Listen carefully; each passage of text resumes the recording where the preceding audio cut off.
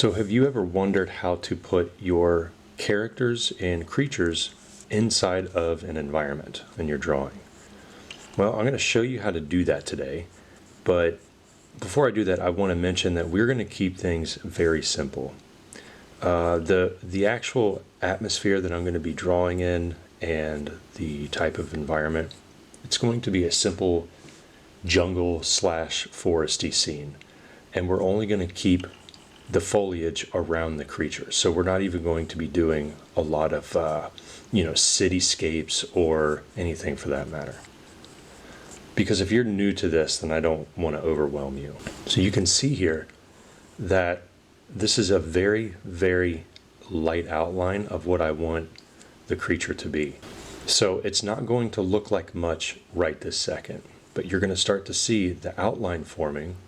And whenever I do a bigger scene like this, I always like to make the outline of what I'm going to eventually be shading in later. Now, it does help to have some knowledge of anatomy when you do a more fleshed out, detailed drawing like this. Mainly because if the creature is to live inside of an atmosphere and an environment for that matter, it has to interact with certain things like trees and dirt. It has to be able to walk over terrain, things of that nature. So we have to know how creatures step. We have to know, or at least have some kind of inclination about how the weight shifts if it has to step over a rock or through the grass. Just watch squirrels outside, watch your pets as you take them for a walk. Observing nature like that really comes into play. All right, there we go. So you can see the tusk coming down here, and then we have a strange little creature head. It's not going to be a large creature. It's more of like a kind of reptilian and also a little prehistoric looking too. I originally was going to draw just a full-blown dinosaur. I do love paleo art and I do love dinosaurs, so I think what I'm going to do next time, if you guys enjoy my content and you want to see me draw dinosaurs, I think I'm going to do that. Comment below if you have a dinosaur suggestion that you would like me to draw. There are hundreds. I have drawn dinosaur-like creatures in the past, and I can't remember what video it was, but I do remember a long list of potential dinosaurs that I could draw. So just, shoot me a comment and let's see what we can do. Okay, so this particular creature is going to be lizard-like, and it's going to be walking towards us. And it's going to have the body structure similar to like a Komodo dragon, or if you want to think about dinosaurs like a protoceratops or something on the smaller scale. There we go. Okay. So here's what I like to do when it comes to lessons like this. We have an outline starting. Now we need to think about the environment in which it's walking through. So remember when I said jungle? So let's start putting some foliage very lightly in front of some of the arms here. Some of the arms, like there's 50. No, there's only 2 arms. These are just petals and leaf stalks. And I want to make sure that it at least bends as if you're walking through it, and the creature is pushing the leaf and plant petals towards us, because the creature is walking this way. That was a horrible it's walking this way, but it's looking over there, maybe for food or something. The other thing is, if you want to put it in an atmosphere and you really want to make it look like it's interacting with it, put some of the foliage behind the limbs and maybe one limb coming out in front of the foliage, so it gives the illusion that it's stepping through it. Okay, so right here on our left, it's a very faint outline of a plant with almost like driftwood or some kind of thick bushy stalk right there, and then I'll put some flowers or something at the end of it. Okay, so here's where I like to put at least the first bit of shading on it. So I'm gonna move this over here for the lighting. It's so light, guys. So I have this light on our left, and it's I'm hoping that the pencil shows up. Okay. Oh, by the way, the materials that I'm using: 4B Faber-Castell. This is graphite. I personally like Faber-Castell just because I've been using it for almost 20 years now, probably even longer.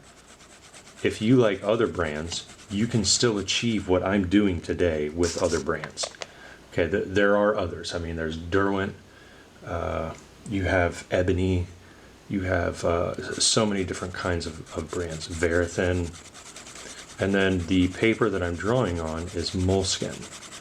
Now, those of you that are not familiar with moleskin, it is more of the pricier sketchbook.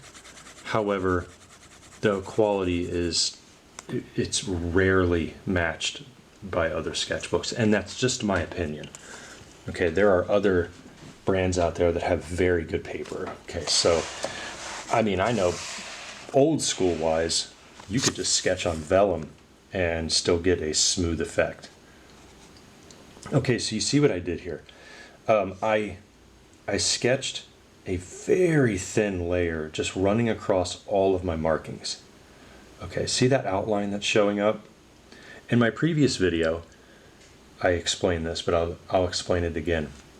If the outline is darker than the shading, then you can shade over everything, because the shading itself, like what I'm doing right now, it's not darker than the outline, so it won't ruin it. And secondly, you want to avoid putting too many outlines on your work if you want it to be realistic looking.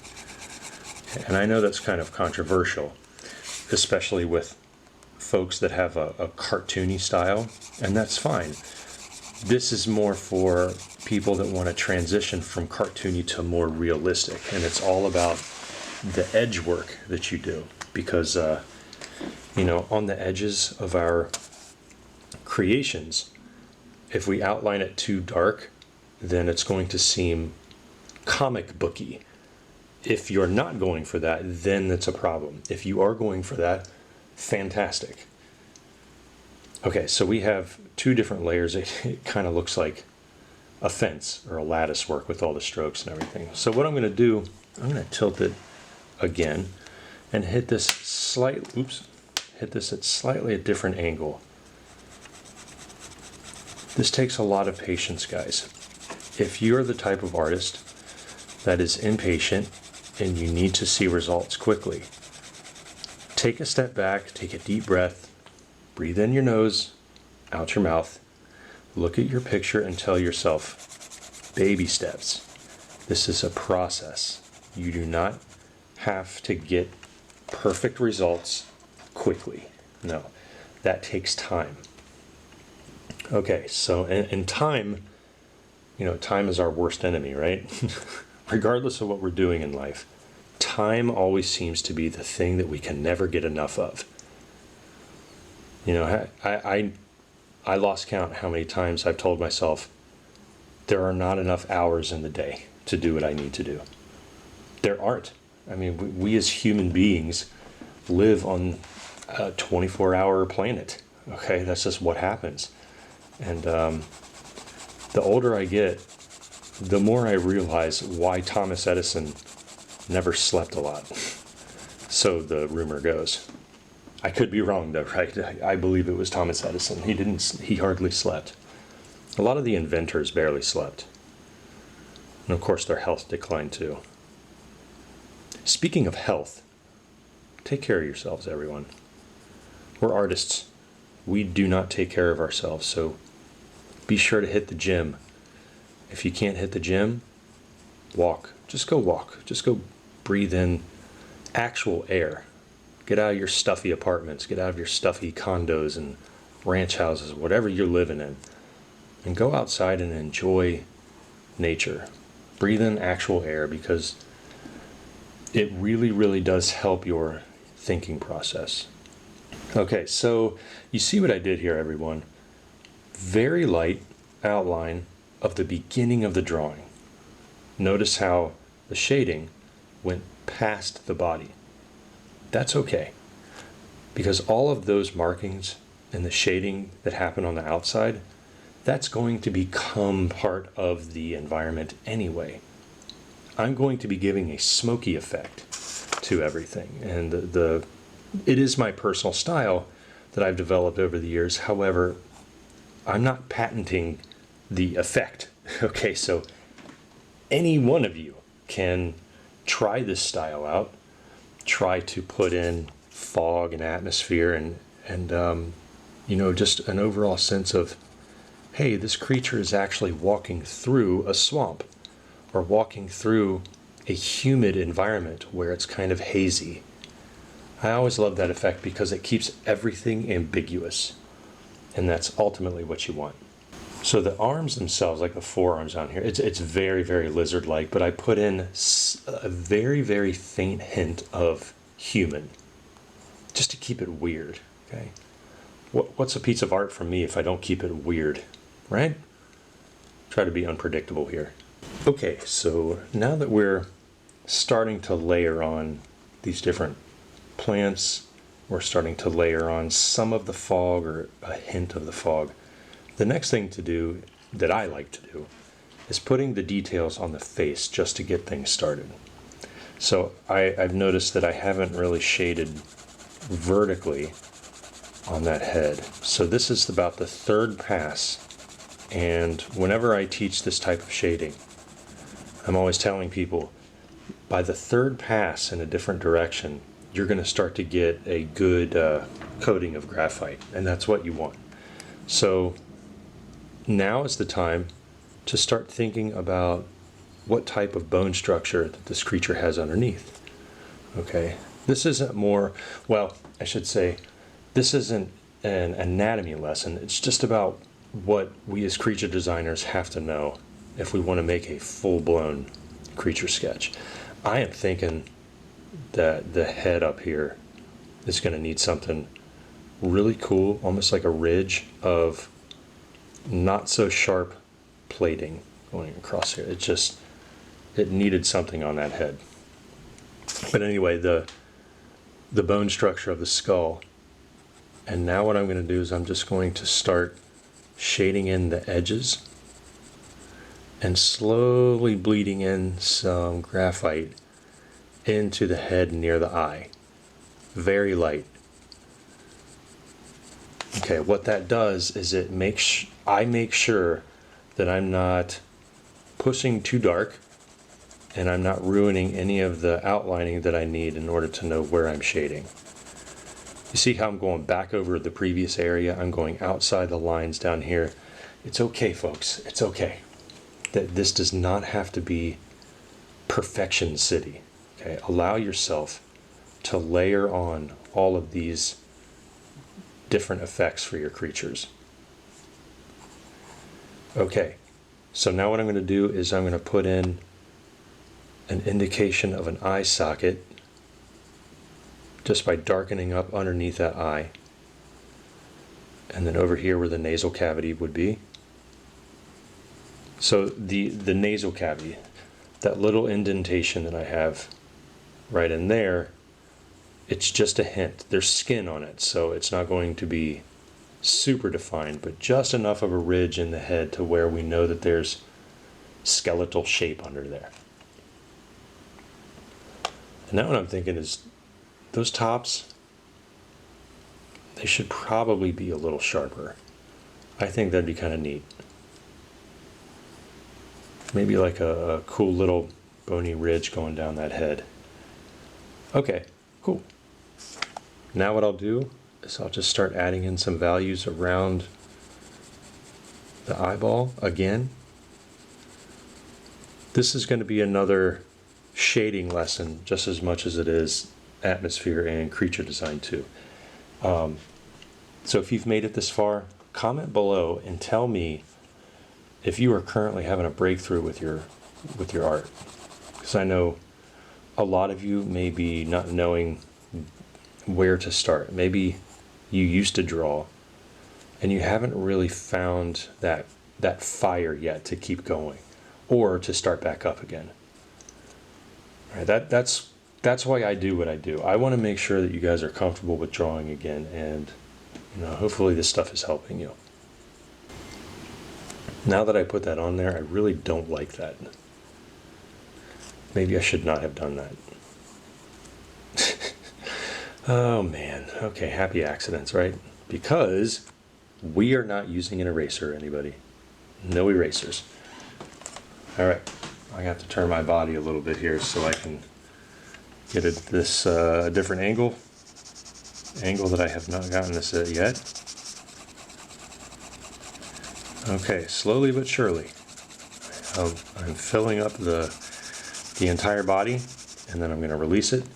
So now, over time, you'll be able to see layer upon layer upon layer over top of each other. That's definitely something that you want. You see how I'm slowly darkening out the beginning of that tusk?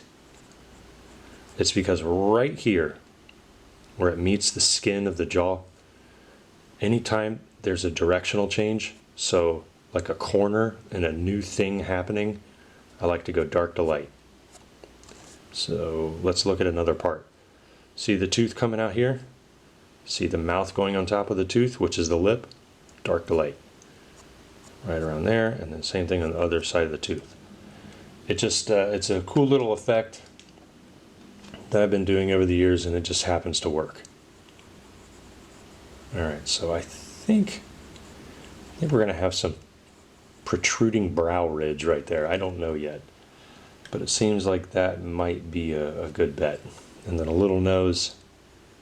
It's like a little slit. There we go. Okay. So we got like a little stout face right here. Just to make sure that my hand is comfortably placed. When you draw, everybody that has a pencil or pen in their hands right now, you all have that one position in your hand that allows you to form the best lines possible. Keep using that. That's key. Okay, there we go. Now here's the fun part, everybody. See these sticks, or this stick right here? Maybe I'll put some more plants. Just an indication of plants. I'm going to take my pencil and I'm just going to shade directly past my creature into those sticks. And I'm going to release pressure as I get near the edge of it. I'm going to do it again, just at a different angle. And here I go, angle number 2. And then I'm going to turn my sketchbook maybe this way. I don't know if it's going to show up on the camera. No, it's not. I just want to make sure you guys see everything. Okay, that one is. So it's going to hit it. It's going to be vertical for you guys, but it's horizontal for me. So let's go across all the plants. Okay, so I want to show you what's happening here so that when you guys are illustrating your own little environment, make sure that the subject matter is going to be darker and showing up than the background. So what I'm doing is I'm just going to outline again very faintly the creature, especially down here by the neck. I'm going to leave some of the outline completely blank.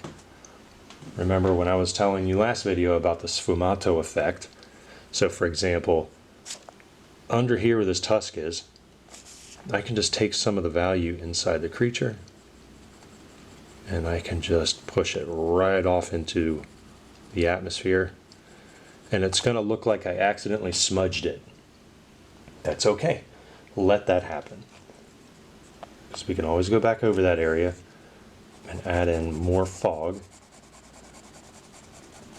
Okay, you see how, oh look at that. The bottom of the chin as it's going down into the bottom of the jaw, you can see that. And all of a sudden it gets kind of smudged, well, smudged looking. Let that happen. That's a good thing. Okay, so now what I'm doing is I'm just thinking about what the muscles look like around the jaw, what's going on with the lip. Down here at the edge of the creature, I'm just going to be very careful. I'm just going to brush in some pencil strokes right there. Okay, so now I can go back in under that tooth. There's going to be shadow. So small circles. Why am I doing circles? The small, tiny little ovals that I'm doing help me shade and keep control of it instead of just trying to go up and down, up and down, up and down. Because a lot of times that won't work. Okay, let's see where we're at. I'm going to start back here at the neck again. Back at the end of the jaw. And again, this is probably past what, number 5? Keeping the strokes close together. And the way I'm holding it is towards the back. It's almost towards the butt of the pencil. Okay, I'm leaving all the space for me to just let hang and go back and forth. Okay, and by doing so, you can start to see that the head has a nice coating happening of graphite, of shading, I should say. Okay, and then any details that I put on here, the surrounding area around the details will already be shaded. So that's why I'm doing that.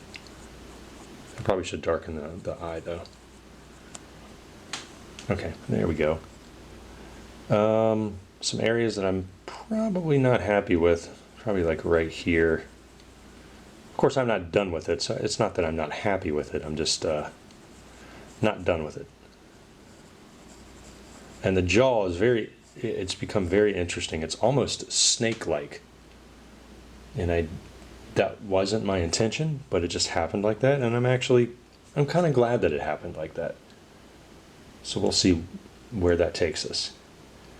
And remember what I said about in my last drawing, how if I'm working in one area, I get an idea about another, I just got an idea about another. So I'm just going to extend the belly out. See, there's the arm. It's going behind the plant. So here's the plant. I'm going to outline the plant just a little bit so you guys can see it.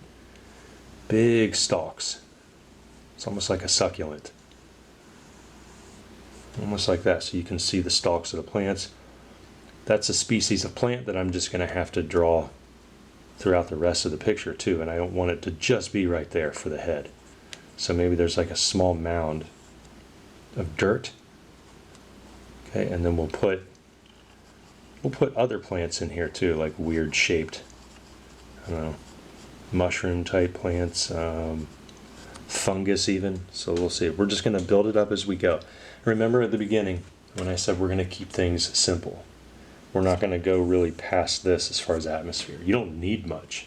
Okay, so I have shifted the camera just a little bit and kind of shifted my lighting so you can see more of the pencil. So hopefully that's working.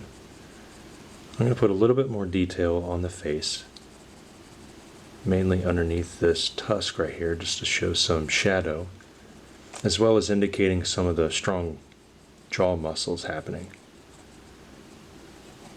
Okay, there we go. Now notice how I have not even started doing scales. I haven't done any fur, hair, nothing for that matter. There's no point to do that right now. All I'm worried about is making sure that the values look good against the background when I'm putting in the plants and everything, and just making sure that there's an environment there for my creature. All right, so it may have screwed up there, I don't know. So I'm going to turn the tooth root in the skull this way, similar to what happens with the Smilodon, or saber-toothed tiger, for those of you that don't know what Smilodon is. I think that's what I may have to do. So I got to be very careful about that area. So in here is going to stay puffy because that tooth root's going to be curving. Okay, and then, yeah, so more around the bottom jaw here. The cool thing about this is that when you start putting shading in a specific area, you can start to build the values off from that area in a circle, well, like a sphere. Okay, like you start with the face, and then you just kind of branch out from the face and just kind of gauge what's happening there based on that, just that one little area. So all the details so far and most of the shading has happened within the eye area. Cool. So now I have the edge of this jaw and it kind of bleeds into the atmosphere. So now I know what to do with these plants down here. And of course I'm going to keep building on it, so it's not even done yet. But like up here on the head, I know to get a little darker because this is going to be closer to us. So it's going to catch some of the shadows. Almost like head spikes. They should probably be sharp, shouldn't they? Probably. And then I'm going to kind of bounce around too, so I'm just going to go back to these legs. Oh, I don't want to shake the camera either. Go back to these legs. And I'm just going to keep the darkness on the legs, but keep the light on the background here. I've changed the angle again, so I think this is going to work. Notice how I have most of the shading in the head, and it's kind of faded off as I go into the body. The next technique is to continue shading across everything that you've drawn. Even if there's plants and rocks and whatnot that hasn't been included yet. Go across everything. This is the most freedom you can have as an artist when you're not worrying about constraints and you're not worrying about staying inside the lines. Notice how I'm just shading up here into the oblivion. That's what you want. Next, I'm going to hit this at a different angle, and I'm going to go probably top right, and I'm going to go down. I'm just going to keep the pencil strokes close together, and I'm not going to stop until I hit that bottom left corner. Now, depending on the angle of your hand, sometimes as you get towards the end of your shading, they're going to start to spread apart a little bit more, and you're going to get these streaks happening. It's okay, everybody. It's okay. It does not have to be perfect right now. As a matter of fact, it doesn't have to be perfect ever. Just enjoy the process. Okay, so you can see these streaks happening. It's almost like cross-hatching. Well, I want to get rid of the cross-hatching because I want to fill it in. Over here, and there's nothing over here, I'm just going to start to lightly place in some value, and I'm going to brush it up at this angle now, not caring about how perfect strokes could be. I believe that that's what artists worry about most, and that's what we get it in our head of what the drawing should look like at the end versus enjoying the process of actually getting it to the end. So I want all of you to turn off that inner voice right now. Yeah, it's way easier said than done, right? But it is possible. Okay, see what I'm doing here? I'm just jumping to the bottom of the throat area. You can start to see the atmosphere happening. Where the plants are over here, there's going to be fog and humidity, and I mean, there's going to be some strange stuff inside there. Okay, so let's make sure that the throat is a little darker than the background, just a little. Okay, and there's going to be some parts where it's going to be darker than this. See the jawline? Right here, right under where the skin of the throat meets the jawline, that's where the least amount of light is coming. There's like a crevice inside the bottom of the jaw. So that's where the least amount of light is going. And now look how well this stands out against the atmosphere. Guess what I'm going to do?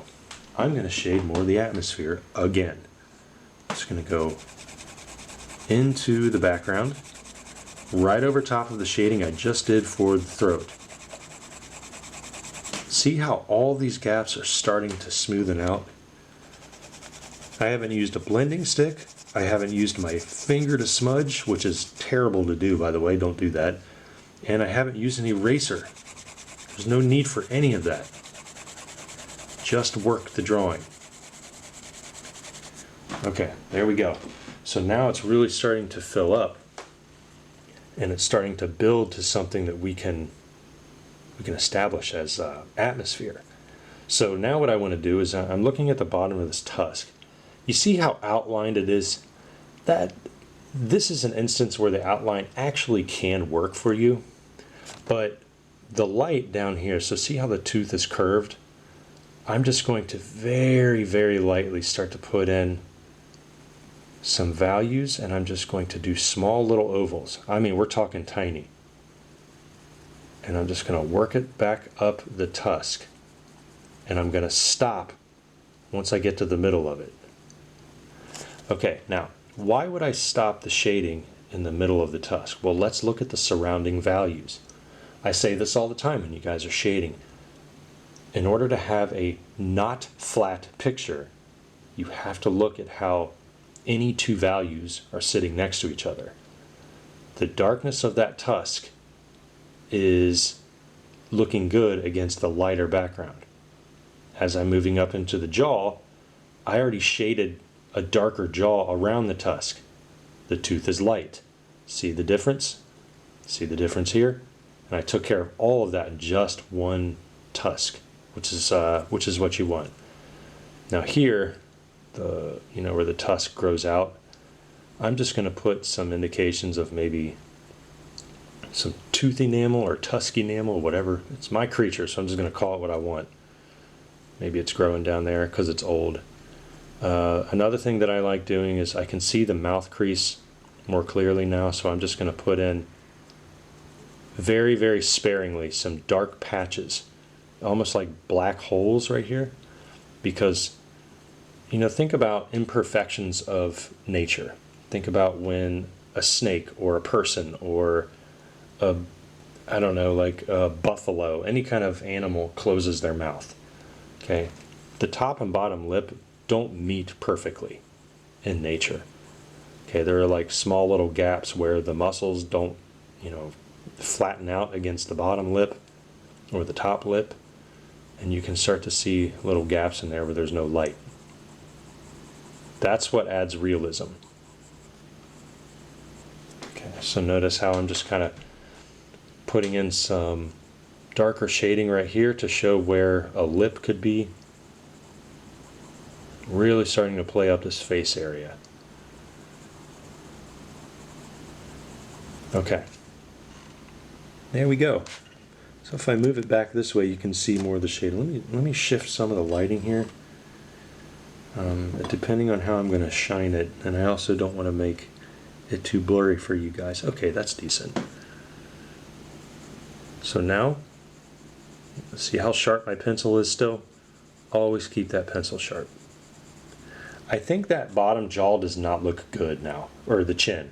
So here's what I'm going to do. This is an experiment, so you guys are witnessing this real time. I'm going to protrude the bottom chin. See if that works. Maybe make it come out past the snout. Okay, I don't want it to look like an angry dog, but I'm starting to think that maybe this was not a good idea. Okay, that's decent. I think it needs an extra tooth now to cover that area. Yep, that's better. Whew, crisis averted.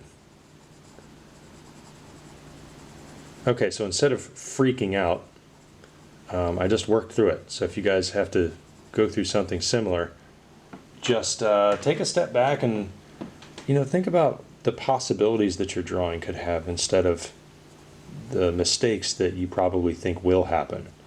Because if you keep thinking that you're going to make a mistake, then you're going to do that. It's a self-fulfilling prophecy.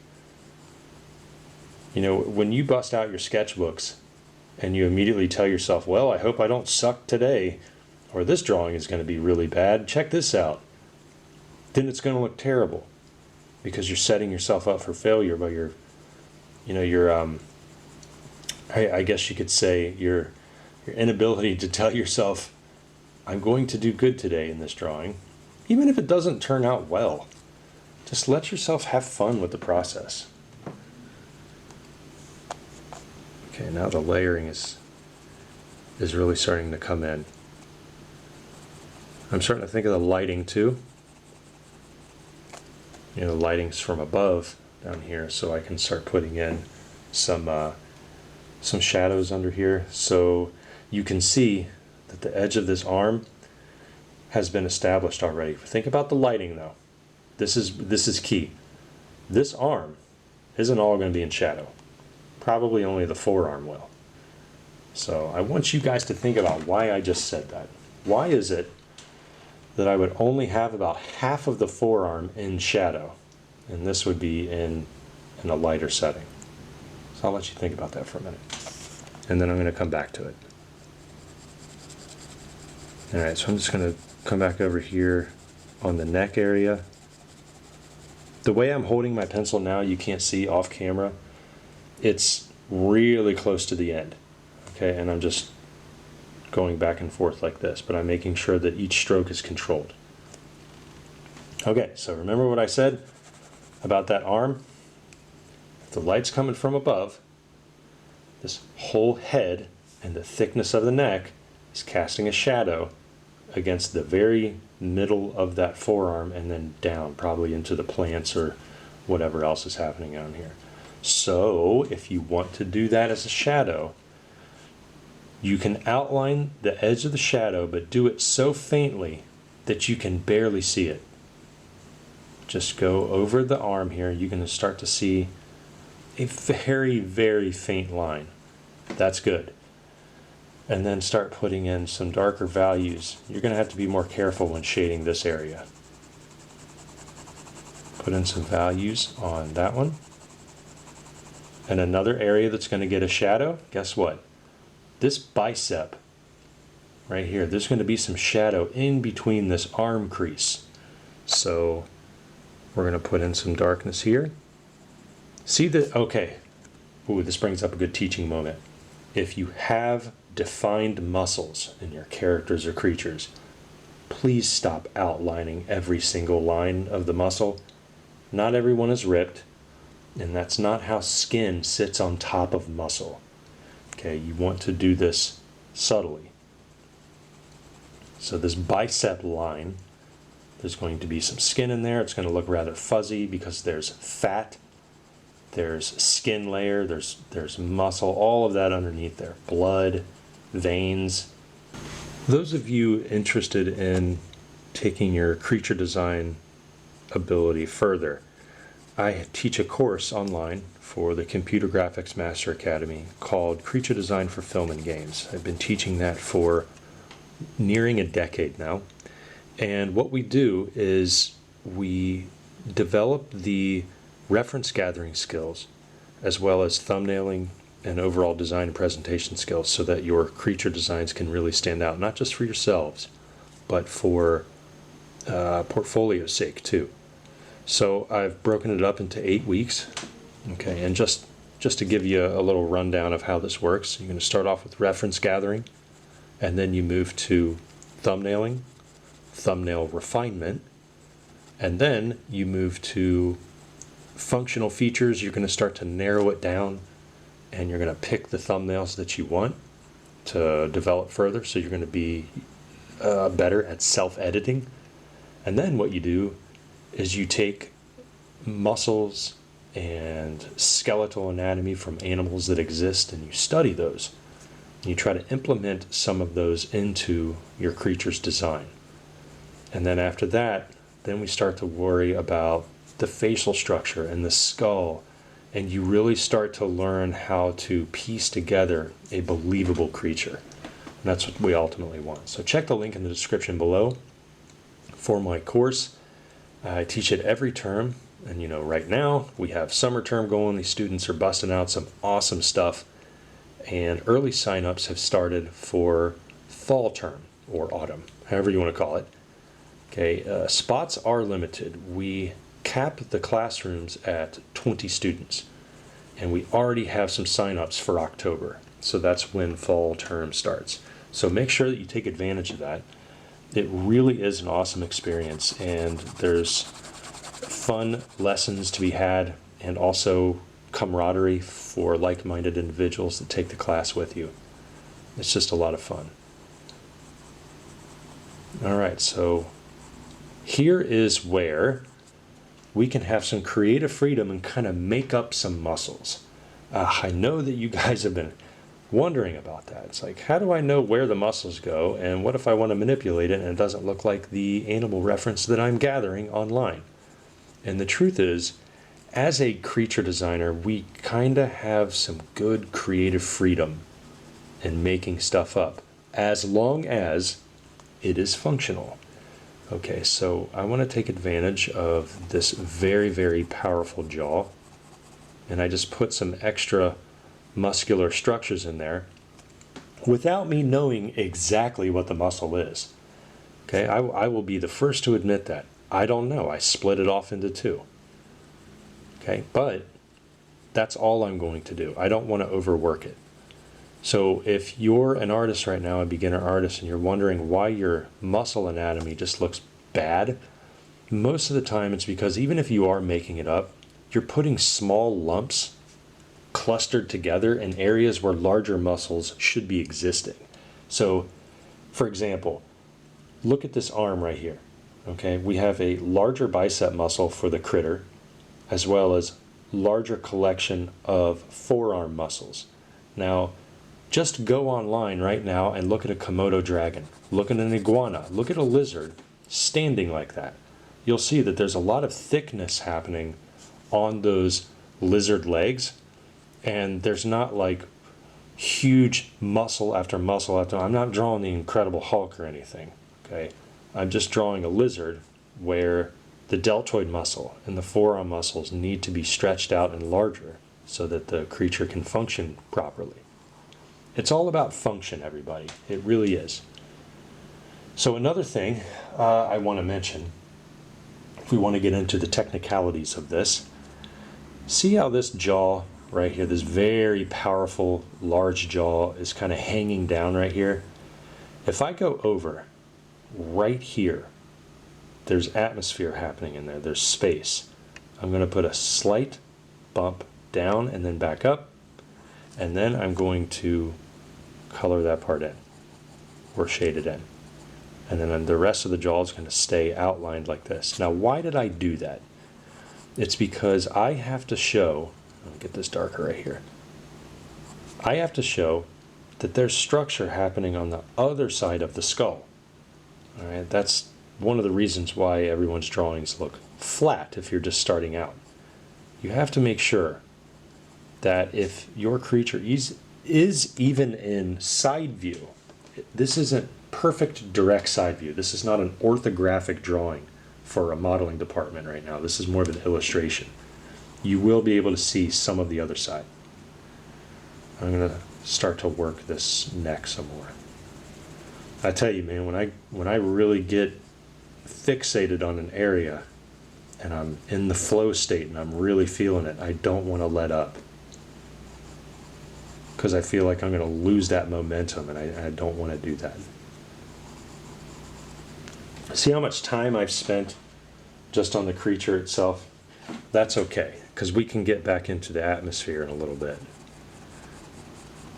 Also, the other thing is, if you want to put some realism in here, lighting-wise, the top of this jaw is going to be a light catcher. The light coming down, this is acting like a shelf. Everything happening under here, the jaw is rolled under. It's kind of like a big cylinder. So technically, this will be in shadow. And then this will have a core shadow on it. This is a big light catcher. So I have to be very careful with that. And I want to make sure that if I put a core shadow in, I'm just going to lightly brush across that rounded section, that muscle. Like that. Okay, and then what I'm going to do is I'm going to make sure that this all stays fuzzy. I don't want to define everything with perfect muscles. I don't want to do that. I probably do have to take out that line right there. Remember, I just want everything to stay fuzzy, because the fuzziness allows the skin to look like it has a fat layer under it. There's not a defined ripped bodybuilder sense of musculature here. We don't want to do that. And of course, the shadow of the tusk is darker right where the tusk is basically touching the skin of the jaw. And then it's moving over. Now look what's happening now. And this is so much fun. It's neat to see this come to fruition. This is really popping off the page now. You want to make, this is all about atmosphere too, you want to make sure that the subject matter looks like it's living and breathing within an environment. Okay. Now, once I get into like the plants here, which I think I will, so here's like a large, maybe broken tree stump, maybe some bark. Okay, and then remember that stick that I drew before? Well, the shading is covering most of it. That's fine. So what I'm going to do is I'm just going to lightly brush in some more value for that stick. This is an opportunity for you guys, if you're starting to draw the atmosphere around your creature right now, make sure that it stays light and looser than what you have for the actual creature, because the creature itself is the selling point. Back in the day, I would put too much detail in that thing, in the back. Okay, teaching moment. Look at the forearm. Look at the bark or the tree stump. Too similar. It's way too similar. So, guess what? The tree stump is farther in the background. We have some atmosphere happening. We have humidity. We have fog. We have mist. So, this arm is going to be slightly darker. But oh no, what's going to happen with that shadow we originally put on the forearm? Well, we're going to get darker with the shadow. It's all about gauging how any two values are meeting each other. That's all. That's all, guys. Okay, I'm using small ovals for the shading. I'm going to go probably at a different angle here because I don't really like how that's looking for my personal taste. So I'm just going to go back this way. See how I'm going outside of the lines? I'm not pressing harder, I'm just filling in the gaps. There we go. I'm going to show you a trick here in a minute. So if you're worried, ooh, did that come back into focus? Yeah, that looks good. Okay, so if you're worried about all these values bleeding into each other too much, see the edge right here? I'm going to put some very, very faint but darker bumps, because that's going to be the texture of some of the skin on this creature. Okay, see how that's standing out nicely against those plants right there? But I'm not done yet. So this line right here on the forearm is darker. This is still lighter. I'm going to take some of this value and I'm going to bring it into the arm. I'm going to press as hard as I did for that line on the outside. And I'm going to fade it into the forearm. And slowly but surely, look what's happening. It is bleeding into the arm quite nicely. Okay, even if I walk it up here too, so it's a little darker than the atmosphere. Now look what's happening, guys. Check this out now. What happened with this forearm meeting the neck? Look at the neck.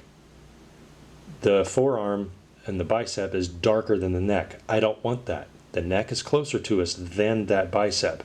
So I'm going to go down here to the bottom of the neck and I'm going to make that darker than the arm. Not by much. This is all about build-up. This is all about patience. And look what just happened. This is what would freak beginner artists out, and they would start doing, getting an eraser and erasing that area because it's too dark and too light. No, you just weren't done yet. That's all. So now look, the neck is defined against the arm is defined against the background. Boom. Mission accomplished. One thing that I did forget to mention in the beginning of the sketch is that if you're having trouble sketching smoothly, but you're applying a good enough technique, it could be your paper. So the reason why I like sketching on moleskin so much is because of how smooth the paper is. If your paper has too much teeth in it, or it's too toothy, then it doesn't matter how good of a shader you are, it's always going to appear rough. So you want to make sure that you have a smooth enough paper, and also it's just more incentive to keep your pencil sharp. The sharper the pencil, the more that the tip of it is able to get in between the grooves of the paper. in order to shade better. So if you have rough paper and a dull pencil, your shading is going to look like crap, and you don't want to do that. Because then what's going to happen is you're going to have to keep shading over certain areas over and over and over again, and you're going to accidentally get too dark. Not enough graphite is going to be able to hit all surfaces of the paper, and then it's just not going to end up the way you would hoped. So it's not a reflection of your skill per se, but it's more about the paper that you're using. Now you can sketch, or I'm sorry, you can shade beautifully on rougher paper, but that's usually if the drawing is very large. If it's larger and you have to take a step back to view it, then it usually looks better. But if you're doing detailed work up close, then it's better to have smooth paper. Okay, so since this head is pretty small up here towards the top, I just want to give indications of the skull shapes underneath. All right, so there we go. And this whole light catcher area, this whole cheek area is really important because I want to be able to put in a core shadow here on the edges and roll it up into the rest of the head. This is what adds depth. This is what adds thickness to the skin and to show that there's muscle underneath. Because ultimately, what's our goal, everybody? Our goal is to show that this creature is living and breathing within an environment on a 2D surface. It's one of the most difficult things you can do as an artist, but if you have patience and you layer it like I'm doing, and I'm sure that you guys are doing. I'm sorry, I'm trying to clear my throat here. If you're doing it slowly and methodically and building it up over time, you will be successful at it. Because not every area that you sketch in is going to have to be super detailed. You're going to have to let some of these areas be looser and other areas be detailed. Okay, there we go. See the edge of this jaw right here? I don't want to edge it off with a super detailed line. So what I'm doing is I'm just making small little circles and I'm overlapping those so that the edge of it is fuzzy. So that allows the indication that there's shadow over there, but also thick skin at the same time. There are some parts in these neck wrinkles where I actually will outline it slightly, but it does work. Just like little clumps. I always like looking at red iguanas, the species, so you just go online and look at red iguanas, look at all the pictures, and you can see just all of the really awesome wrinkles on the necks, I should say. Okay, so we are really getting somewhere now with this. So what I'm going to do is I'm going to put in a little bit more value across the body. Okay, and then down again at this angle. Okay, so now we're starting to fade off that into the distance.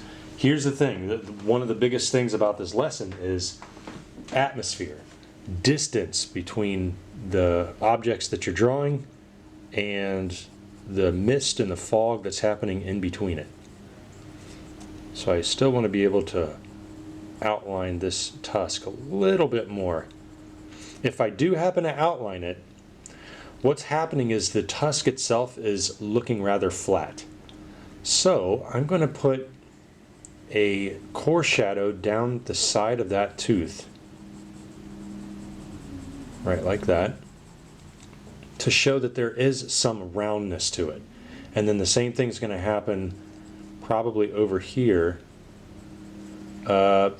The edge of the tooth right here is kind of faded in with this. If I change this lighting around just a little bit, you can kind of see it get darker. See it get darker? Like that? You could probably see it better if I just draw like that. I'm going to actually put darker skin behind it. I'm not going to outline it. I'm just going to start at the tooth and go towards the rest of the chin. So fade it up. So you notice how I didn't outline that with a perfect line or anything. There we go. Okay. That's looking pretty decent. Now, let's see what we can do down here towards the feet. I'm just going to hint at some claws. Just hint at them. I'm going to spread those out a little bit. Maybe a bigger claw right there. Let's just make it 4. Okay, so I didn't do much, right? Let's say that this creature is trampling on most of the foliage around here. However, maybe some stalks of grass are kind of coming through the toes. So I'm just going to highlight some plants and maybe some fungus or whatever that may be poking out. There we go. Now I haven't figured everything out yet, but what I want to do is give myself an idea of what could be happening there. I'm not going to settle on any kind of detail. This claw I'm pretty happy with. I like the tilt, so I'm just going to shade it in slightly, and then this claw right here. Okay, and I'm going to leave it. Now I'm going to build it up slowly again. The grass stalks, I'm going to outline, and they're going to be chaotic, which means that they're not going to grow evenly. If you guys want realism, stop making your fingers and your tentacles and the spikes and the grass and the tree branches all flowing the same exact direction. That's what makes it look stiff. Okay, so in here, I'm probably going to have to be a little darker. That's the inside of the forearm. Notice how I'm still being very fuzzy with it. And I need a shadow right here. Because remember, I originally had a shadow and then we had to lighten up everything over, or keep everything light here, darken it here. So I'm just going to put some value on the bottom of that hand again. Right like that. Okay.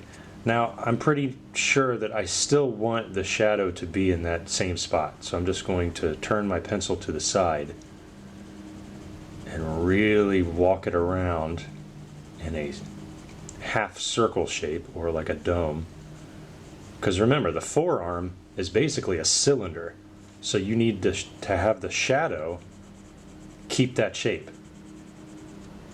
So maybe just put a little darker. You can see that ring happening. Now the key to making that look good is to press as hard as what you see in the ring down for the rest of the hand. And you want to make sure that the darkness is even throughout. Okay, and it's not. So we need to keep going. Because what that means is that everything is going to be affected by that shadow. Okay, so we're talking the hands, okay, the grass. So the grass is also going to be in shadow. Okay, and then so's that grass stalk. I'm starting darker and I'm getting lighter as I'm moving upwards. Okay, this claw, I'm going to make a little darker. Now, at first it's going to look rather uniform, so there's not a lot of difference in values here. That's because we're not done yet. We haven't played up on the different types of values that we can put in. Okay, so I'm just going to put some random bumps in between the fingernails. See how everything is the same and there's no contrast. That's okay, because we're not done.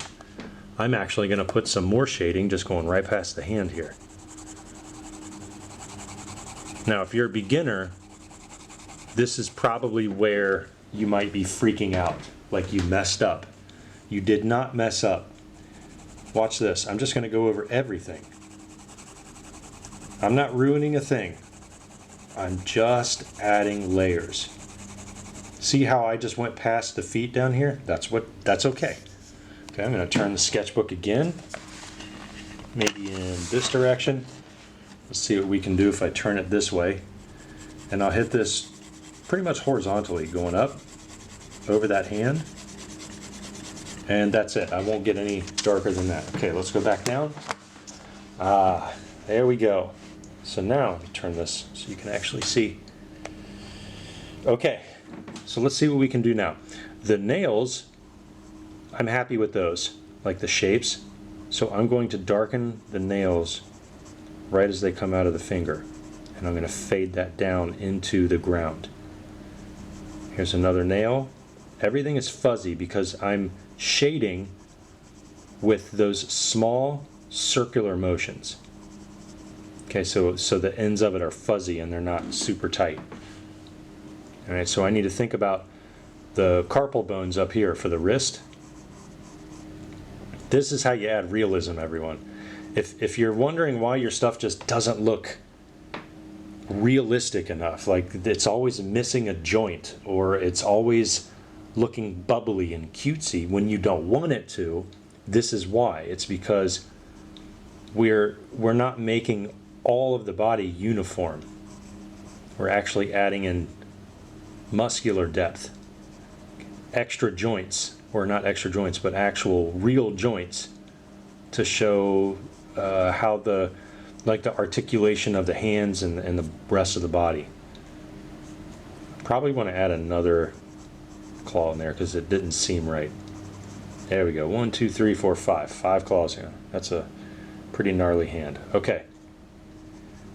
I've said gnarly in probably, I don't know, last 2 or 3 videos.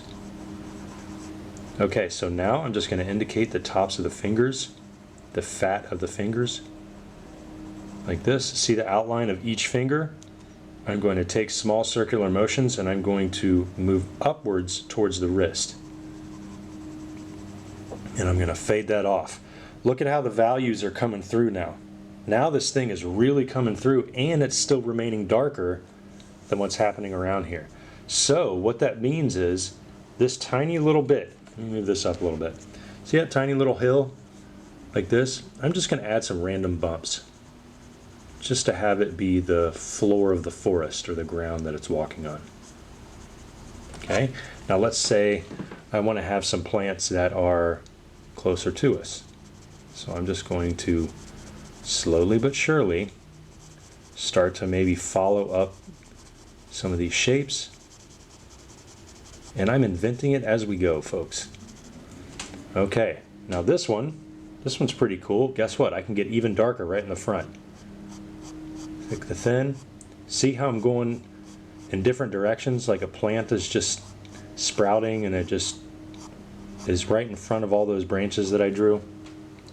Look at the layering happening. Let's say I want the grass to kind of come back over the creature. Okay, look how dark the shadow is for the creature. That means that the grass petal has to be darker than that. Look how that just popped right off the page. That means that the grass petal is close. Okay, and then let's have some fun. Maybe put some little flower buds on there, or whatever kind of plant it is. Remember, like, I don't know where this is. This is a made-up land. There we go. Oh, also, you'll probably hear like a lawnmower in the background. Every time I record, there's some kind of lawn care happening. It's summertime for you. All right, so let me go back over that shadow. Okay, and then in here, it might be a little too light, so I'm just going to put in some values right on top. Now here's where you can really start to add in some cool atmosphere. See the edge of this arm right here? It's kind of fuzzy. There's the elbow.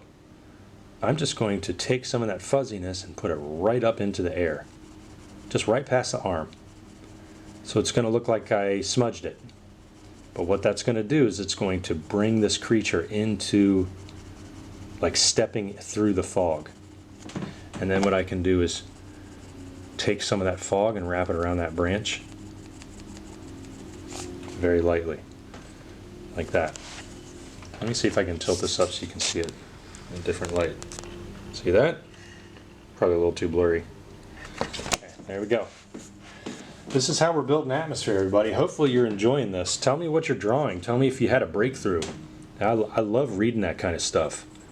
And I'm sure everybody else does too, because, you know, when you have a bunch of artists together and you guys are having breakthroughs and everything, and maybe you haven't drawn in so long and you can't figure out what you're doing wrong, or you just don't have that spark, sometimes knowing that somebody else had a breakthrough kind of lights a fire under you. Okay, there we go. So we have some some broken branch right there. Maybe we can indicate some foliage in the background right here. Just slightly darker, just to kind of fill up that area. Like that. I don't want to get too much darker than this, so I might get darker on the elbow of the creature, and then that's it. Because technically that's a core shadow running across that forearm. So that's going to be darker. Chest is going to be darker than the bicep. Okay, there we go. Okay, so let's move over to this area. Let's kind of fade off some shapes that could be in nature. I'm just shaking my pencil sporadically just to indicate like, hey, maybe there's a small little bush there or something. Like we have that coming through. There we go. All right, so let's move on to this arm right here. I want to see if I can tackle this. Very strong creature too. These forearms are pretty big. Okay, we got that grass petal coming there. See how I accidentally drew over the grass petal? I didn't mean to do that, but whatever. It's okay, we can always fix it. Put in some more shadow for the arm. It's all about layering too, everyone. Just learn how to layer these sketches, and it really does go a long way. Okay, so I'm just going to put in some more value through the plant. There we go. I can still see the edge of the creature, so it's not like I'm shading into a super random spot. I still want to know where I'm shading, because really, like, back in here is really important, because the back foot is going to be showing at some part. So I have to make sure that the ground can be seen, and everything has good contrast. Okay. Now, the nails down here and what they're actually digging into, that's up to you. I want it to seem like moss and soil, so a lot of this will get faded off. You won't even see the tips of the claws. You might see a hint of pure black or something really dark, because that part of the claw is really showing up, but other than that, it's just going to be ambiguous. Okay, and then this hand over here, it's going to be less detailed, so we're not going to worry about it. So I got to turn my body to make sure I shade this correctly. Once again, I'm hitting the entire body in one pass. These strokes are closer. Okay, now that's looking smooth. Good. Okay, so let's figure out what we want to do with like the top of the neck here too. There we go. Okay, hopefully you're liking these longer sketches too. This is something that I've been planning on doing for a while on my channel. Just want to make sure that you guys are getting the lessons that you deserve if you're really looking for good instruction on drawing. You know, I don't sugarcoat any of this, so I'm just going to tell you how it is so that you can achieve these effects. This chest area is going to be kind of challenging, just because probably the angle of my sketchbook here, so I'm just going to try to turn it. The chest itself is going to be in shadow, but not heavily, because remember, we are worrying about atmosphere. We're not worrying too much about detail in certain parts. Probably just going to have to keep this sketch upright. Okay, so that's like pass number 7,600. Okay, let me see if I can shift this light around so you guys can see. There you go. I have to make sure I have enough light so I can actually draw this thing. Okay, part of the chest. Okay, there's the split.